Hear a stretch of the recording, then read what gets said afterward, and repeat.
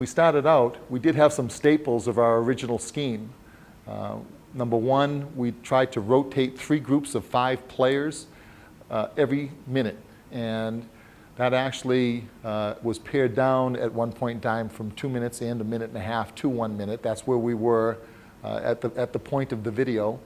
And we tried to have a preferred and secondary shooter in each group, along with 3 good role players. And the role players took on different forms, from screeners to offensive rebounders to defensive players, but clearly not of the same offensive capabilities as those 2 kids.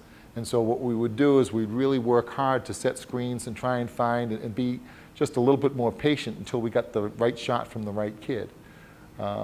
Based on that, over the course of a few years, I had a couple of students come up with what we called a formula for success, which was in any game that we attempted 94 shots, with half of them coming from the 3-point line, forcing the other team to turn the ball over 32 times, offensive rebounding 1/3 of our misses, and forcing the other team's big man to go 150 times up and down the court.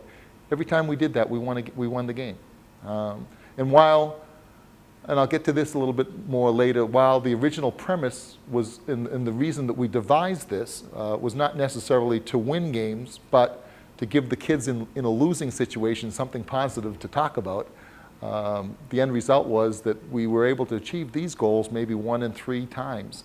And clearly that just outlined a formula for us that we were able to go after each game. We did create pace with the 1-2-1-1. Sometimes it turned into a 1-2-2 full court zone press. Sometimes we'd bring all 5 people up into the backcourt and force people to throw over the top. Sometimes we had somebody that was a little bit more cautious in the safety spot. But by and large, we were trying to get the basketball back within 12 seconds or get scored on. And we tried to get a shot up every 12 to 15 seconds. We tried to get the ball back every 12 to 15 seconds. And it was a very aggressive style of play. We shortened practice. 80% of our practices were offensive in content.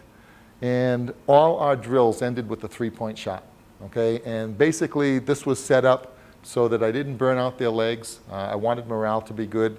It is amazing to me, if you put a 3-point shot at the end of a drill, even today, after 10 years of doing this, the kids will work harder to get to that end.